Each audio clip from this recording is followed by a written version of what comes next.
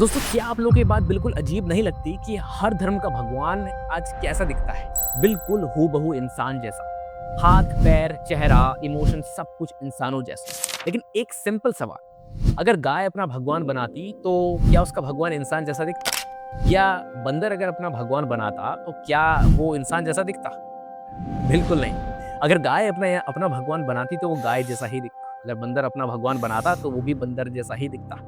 तो आप लोगों को कुछ स्ट्रेंज यहाँ पे लगा कि क्या भगवान वाकई में एग्जिस्ट करता है या फिर ये एक ह्यूमन इमेजिनेशन की बहुत बड़ी पैदाइश है? तो चलो यार, वीडियो को स्टार्ट करते हैं। दोस्तों, आज इस दुनिया में जितने भी सबसे बड़े डेवलप्ड कंट्रीज हैं, जैसे कि यूरोप के कई सारे देश, यानी कि जापान, साउथ कोरिया, यहाँ के ज्यादातर लोग क्या हैं? ज्यादातर लोग एथिस्ट हैं, या कम से कम डीपली रिलीजियस तो बिल्कुल भी नहीं, क्योंकि उन्होंने बिलीव से ज़्यादा साइंस, लॉजिक और एजुकेशन को इम्पोर्टेंस दी है। अब यहाँ पे आप इंडिया को देख लो, यहाँ हर गली में मंदिर है, हर दिन पूजा है, लाखों भगवान है, फिर भी बेरोजगारी है, गरीबी है, सिस्टम इतना वीक है, इतने क्राइम रेट बढ़ रहे हैं। अगर भगवान सब कुछ कंट्रोल करते हैं तो फिर इतना इम्बैलेंस क्यों है? दोस्तों, इसका सबसे बड़ा प्रॉब्लम है ब्लाइंड फेथ। सोचो, अगर आप गलत रिलीजन में पैदा हुए हो तो तुम्हें कैसे पता चलेगा कि रिलीजन सही है या गलत है? क्योंकि हर इंसान को लगता है कि उसका रिलीजन ही सच है, और यही बात सबसे डेंजरस है। अब दोस्तों, आपको ये बात जान के बिल्कुल हैरानी नहीं होनी चाहिए कि तुम जब पैदा हुए थे तो तुम एथिस्ट थे। हर बेबी एथिस्ट होता है, उसको ना गॉड का पता होता है और ना रिलीजन का पता होता है। लेकिन फिर धीरे धीरे सोसाइटी उसके ब्रेन में एक बिलीफ इंस्टॉल कर देती है, जिसका नाम होता है रिलीजन। अब इमेजिन करो, तुम एक रूम में पैदा होते हो और रूम के अंदर ऑलरेडी 4 लोग बैठे हैं। अब एक बोलता है कि यहाँ एक इनविजिबल किंग रहता है, दूसरा बोलता है कि किंग नहीं, यहाँ पे एक क्वीन रहती है, और तीसरा आदमी बोलता है कि यहाँ पे कोई किंग नहीं है और ना ही कोई क्वीन है, बल्कि एक ड्रैगन है, और चौथा आदमी बोलता है कि तुम सवाल मत करो, बस मान लो। अब तुम्हारे दिमाग में यहाँ पे क्या आएगा? तुम तो एक छोटे से बेबी हो, तुम कुछ नहीं जानते, तुम करोगे क्या? इसका सीधा साधा जवाब है कि तुम जो सबसे ज़्यादा लोग बोलने की कोशिश करेंगे वही तुम मान लोगे, और एग्जैक्टली यही रिलीजन के साथ होता आया है। अब सोचो, what if you tried being an atheist just for thinking? सिर्फ बिलीव करना बंद नहीं, बल्कि क्वेश्चन स्टार्ट करना, क्योंकि सच्चाई को क्वेश्चन से कभी डर नहीं लगता, बिलीव को लगता है। तो लेकिन यार दोस्तों, वीडियो शुरू करने से पहले एक छोटी सी रिक्वेस्ट है कि प्लीज़ वीडियो को हाइप करना मत भूलना, क्योंकि यही मदद करता है हम जैसे छोटे क्रिएटर्स को आगे बढ़ने में। तो चलो यार, वीडियो को स्टार्ट करते हैं। दोस्तों, लाइफ का सबसे बड़ा लॉटरी क्या है? पैसा, करियर या फिर लुक्स? नहीं, बल्कि बर्थ, यानी कि आपका जन्म। ये सबसे बड़ी लॉटरी है। तुम कहाँ पैदा हुए ये डिसाइड करता है कि तुम क्या बिलीव करोगे। अगर आप इंडिया में पैदा होते हो तो हिंदू, मुस्लिम या सिख, पाकिस्तान में तो फिर मुस्लिम, अमेरिका में तो क्रिश्चियन, इजराइल में ज्यूइश, थाईलैंड में एक बुद्धिस्ट। अब एक ऑनेस्ट क्वेश्चन, क्या ट्रूथ ज्योग्राफी के हिसाब से चेंज होता है? अगर हाँ तो ट्रूथ नहीं, बल्कि एक कल्चर है।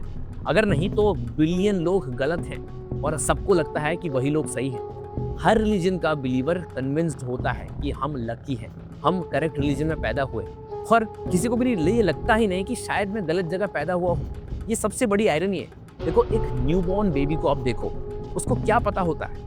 ना स्वर्ग, ना नर्क, ना कोई कर्मा और ना कोई पाप। वो जो बेबी होता है वो एक एथिस्ट होता है। रिलीजन बाद में इंस्टॉल किया जाता है दूसरों के द्वारा, बिल्कुल लैंग्वेज की तरह, राइट? तुम हिंदी बोलते हो क्योंकि इंडिया में पैदा हुए। अगर जापान में पैदा होते तो शायद जापानीज बोलते, और अमेरिका में पैदा होते तो शायद इंग्लिश बोलते। और दोस्तों, इसी तरह तुम हिंदू, क्रिश्चियन, मुस्लिम हो क्योंकि तुम वहाँ पैदा हुए।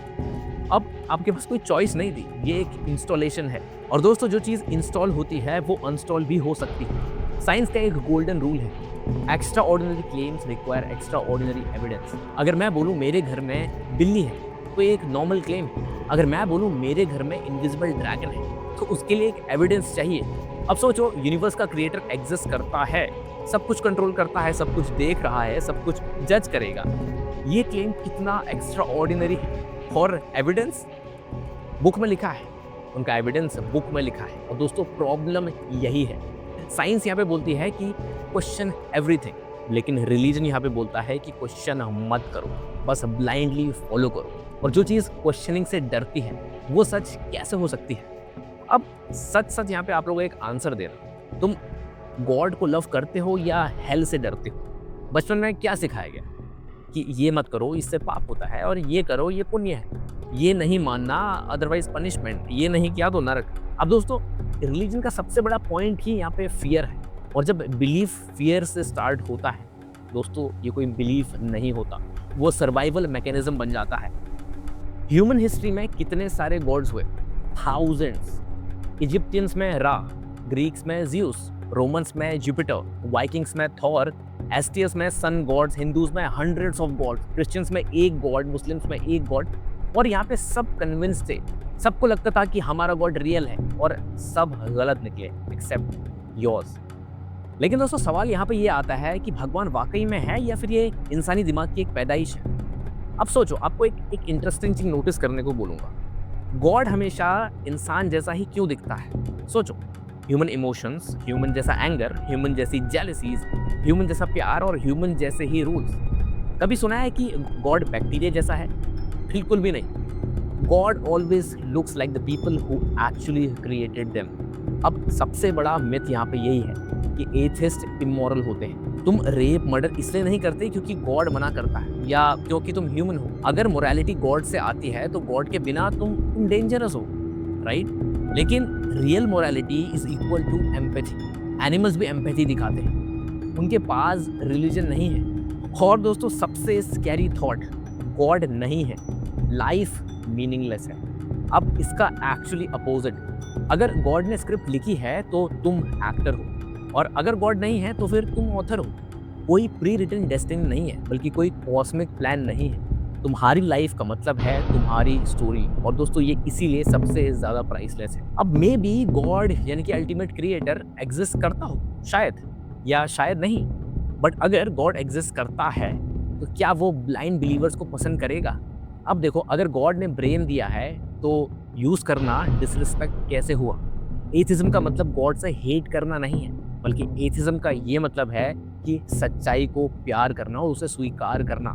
इसलिए लाइफ में एक बार एथिस्ट ज़रूर बन के देखो और एक अच्छे इंसान बन के देखो। हो सकता है तुम पहली बार सच में बिलीव कर पाओ कि इंसानियत ज़्यादा बड़ी है या फिर कोई रिलीजन। और दोस्तों आज भी कई जगह पर देवी देवताओं को खुश करने के लिए लोग बकरे, मुर्गे और दूसरे जानवरों की बलि चढ़ा देते हैं। अब सवाल यहाँ पे सिंपल है, अगर भगवान दयालु है तो क्या वो खुश होगा किसी बेगुनाह जानवर की जान लेकर, या फिर ये इंसानों की बनाई हुई एक ट्रेडिशन है जिसे हमने भगवान की इच्छा का नाम दे दिया है? दोस्तों ये सुपरस्टिशन का इतना बड़ा बिजनेस है जो जिसके आप इमेजिनेशन भी नहीं कर सकते हो। आजकल चल क्या रहा है, माता आ गई, भूत चढ़ गया, ये पूजा करवा लो सब ठीक हो जाएगा। और इसके पीछे क्या है? पैसा, इन्फ्लुएंस और ब्लाइंड फेथ और ब्लाइंड फॉलोअर्स। लोग डर और आस्था के बीच बिल्कुल फंस जाते हैं और उसी चीज़ का यहाँ पे कुछ लोग फ़ायदा उठा लेते हैं। लेकिन दोस्तों सफ़र तो गरीब लोग कर रहे हैं। यहाँ हर दिन क्या हो रहा है? भूखे बच्चे मर रहे हैं, इनोसेंट लोग मर रहे हैं, और उसी समय लोग मंदिरों में करोड़ों रुपए दान कर रहे हैं। मंदिरों में भगवान के दर्शन के लिए इतने पूरे दिन भर घंटों लाइन लगा रहे हैं। सवाल ये नहीं कि फेथ सही या गलत है, सवाल ये है कि अगर भगवान है तो क्या उसे पैसे और पूजा चाहिए या इंसानों की मदद चाहिए? यहाँ पे कई सारे रिचुअल्स ऐसे हैं जिनका कोई क्लियर लॉजिक ही नहीं है। ये दिन अच्छा है, वो दिन खराब है, ये मत करो, ये अपशगुन है, वो करो, वो शुभ है, ये करोगे तो भगवान नाराज़ हो जाएंगे, लेकिन ये करोगे तो भगवान खुश रहेंगे। कोई एविडेंस नहीं है, कोई क्लियर रीज़न नहीं है, फिर भी लोग फॉलो करते आ रहे हैं क्योंकि उन्हें बताया जा रहा है, क्योंकि हमेशा से ऐसा ही होता है। दोस्तों सवाल पूछना मना है। अगर तुम पूछोगे ये क्या हो रहा है, इसका प्रूफ क्या है, तो जवाब मिलता है कि भगवान को क्वेश्चन मत करो, पाप लगेगा। मतलब सिस्टम खुद क्वेश्चनिंग से डरता है। दोस्तों यार आपका जो भी बिलीफ है आप उसे माने, इसमें कोई गलती नहीं, ना आपकी ना किसी और की। लेकिन दोस्तों अगर भगवान है तो उसे तुम्हारे पैसे, डर और बलि की कोई ज़रूरत नहीं है। और अगर ये सब इंसान कर रहा है तो फिर असली भगवान कौन है? वो ऊपर वाला या फिर नीचे वाला इंसान? जब इंसान हर चीज़ भगवान पर डाल देता है ना, जॉब नहीं मिली भगवान की मर्जी, फेल हो गया किस्मत खराब, बीमारी है तो भगवान की परीक्षा है, तो फिर इंसान खुद रिस्पॉन्सिबिलिटी लेना बंद कर देता है। और आपको यहीं पे एथिस्ट ये सिखाता है कि तुम्हारी ज़िंदगी तुम्हारी रिस्पॉन्सिबिलिटी है, कोई ऊपर से आके तुम्हें बचाने नहीं वाला।